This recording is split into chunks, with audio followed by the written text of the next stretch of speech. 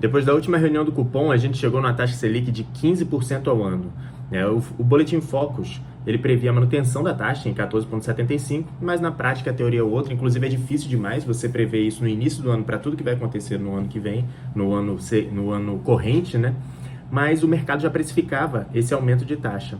Então a gente chegou num patamar de 15% ao ano, que é um patamar mais alto desde 2006, pelo que eu vi nos históricos da taxa Selic aí. E aí nesse cenário, por um lado tem pessoas que gostam muito porque a renda fixa está pagando bem pelo dinheiro investido, e por outro lado tem uma pressão negativa na economia por conta dos juros altos. E é por conta disso que a gente vai conversar no vídeo de hoje sobre essa alta da Selic, qual é a parte boa, qual é a parte ruim e como você pode investir sua grana considerando esse cenário.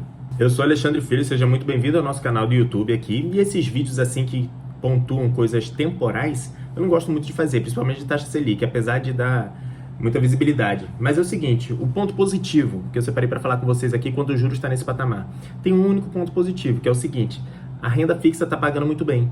Então, o prêmio por esse investimento, quem está, por exemplo, com a reserva de emergência montada, num título do Tesouro Nacional pós-fixado, atrelado à Selic, essa pessoa está tendo uma boa rentabilidade. Assim como quem tem um CDB também associado ali ao CDI, 100% do CDI, 105% do CDI, dependendo do título que você pegou, está pagando uma boa rentabilidade. E essa boa rentabilidade tem um preço, né? E esse preço, a gente entra na parte negativa. Por quê? É um preço para a sociedade como um todo. Apesar da gente ganhar dinheiro como uma ponta, nós que somos investidores, a gente tem que aproveitar o cenário, independente do que esteja acontecendo, para a gente capitalizar cada vez mais. Só que tem uma parte negativa para a sociedade, quando se fala de aumento da taxa Selic. Só que o aumento da taxa Selic, de forma resumida, é como se fosse um remédio que o Banco Central pode usar para conter o problema da inflação. A inflação é o reflexo do aumento da base monetária do governo, né? E o que está acontecendo? A gente entra na parte ruim da taxa Selic alta. O governo atual, ele está gastando mais do que arrecadando. Isso pode acontecer com qualquer governo, tá? Está gastando mais do que arrecadando. E quando isso acontece, o governo tem dois caminhos para solucionar esse problema. O primeiro deles é aumentar a arrecadação. O que é aumentar a arrecadação? Gerar novos impostos ou aumentar alíquotas de imposto. Se você tem visto o noticiário nos últimos tempos, você viu que isso está acontecendo. Quase todos os meses acontece ali um aumento de imposto ou um imposto diferente para ser pago.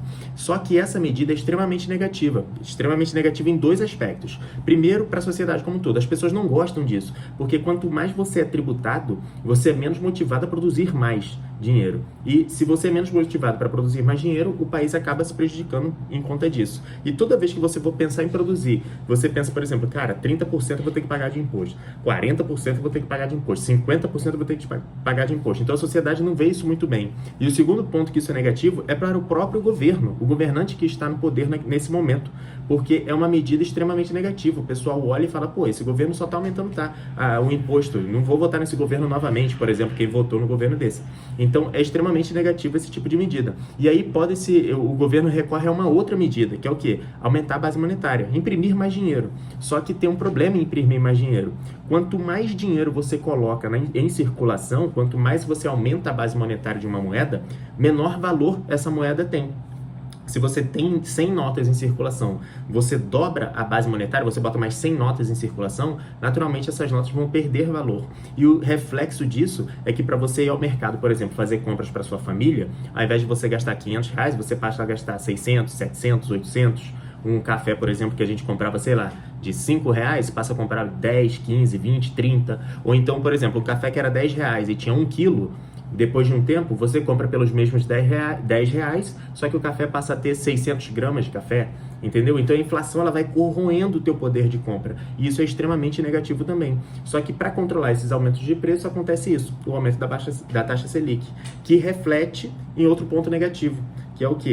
Tudo fica mais caro para aumentar projetos. Vamos pensar numa empresa. A empresa tem um galpão, produz um certo produto e vende esse produto. E ela está pensando em expandir esse negócio, que é criar um outro galpão para produzir um outro produto, para vender, para gerar valor para a sociedade.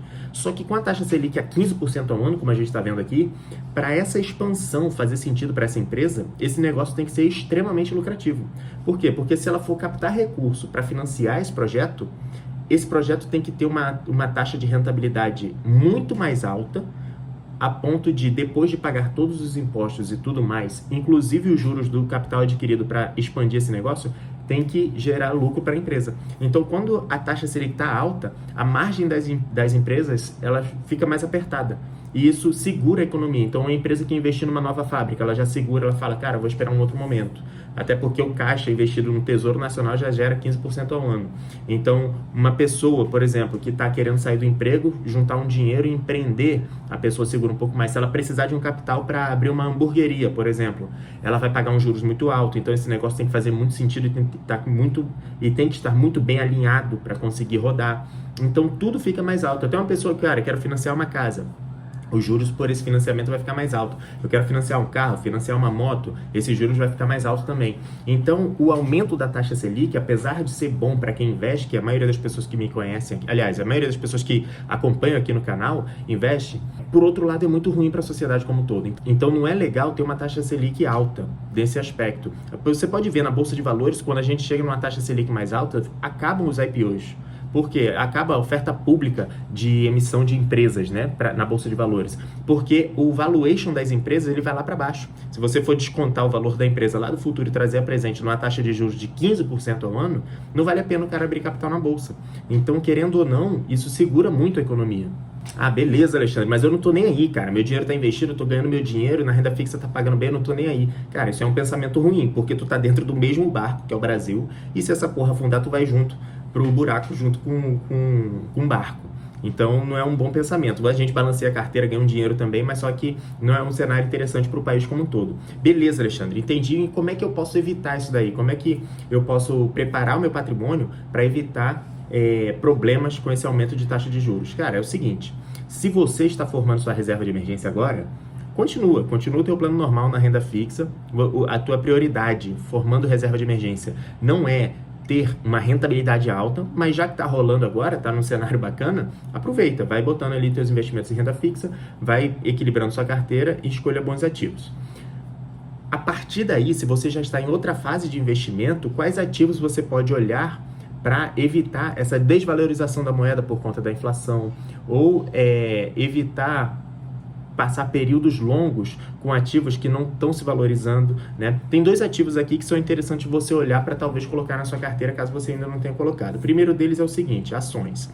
Normalmente quando a gente está com a renda fixa tendo maior visibilidade, o mercado de ações ele está com menor visibilidade. E aí você consegue encontrar empresas sendo negociadas extremamente abaixo do seu valor patrimonial, né? Então o valor patrimonial é como se fosse assim, pega tudo do patrimônio da empresa, a empresa vale R$1 milhão. E aí ela está sendo negociada por cota num valuation que está chegando a 800 mil. Então é como se você estivesse comprando uma cota que vale R$100, vamos dizer aqui, por R$80. Isso funciona tanto para empresas quanto para fundos imobiliários. Mas por que eu estou falando de empresas aqui? Porque as empresas elas têm um potencial de valorização maior do que os fundos imobiliários.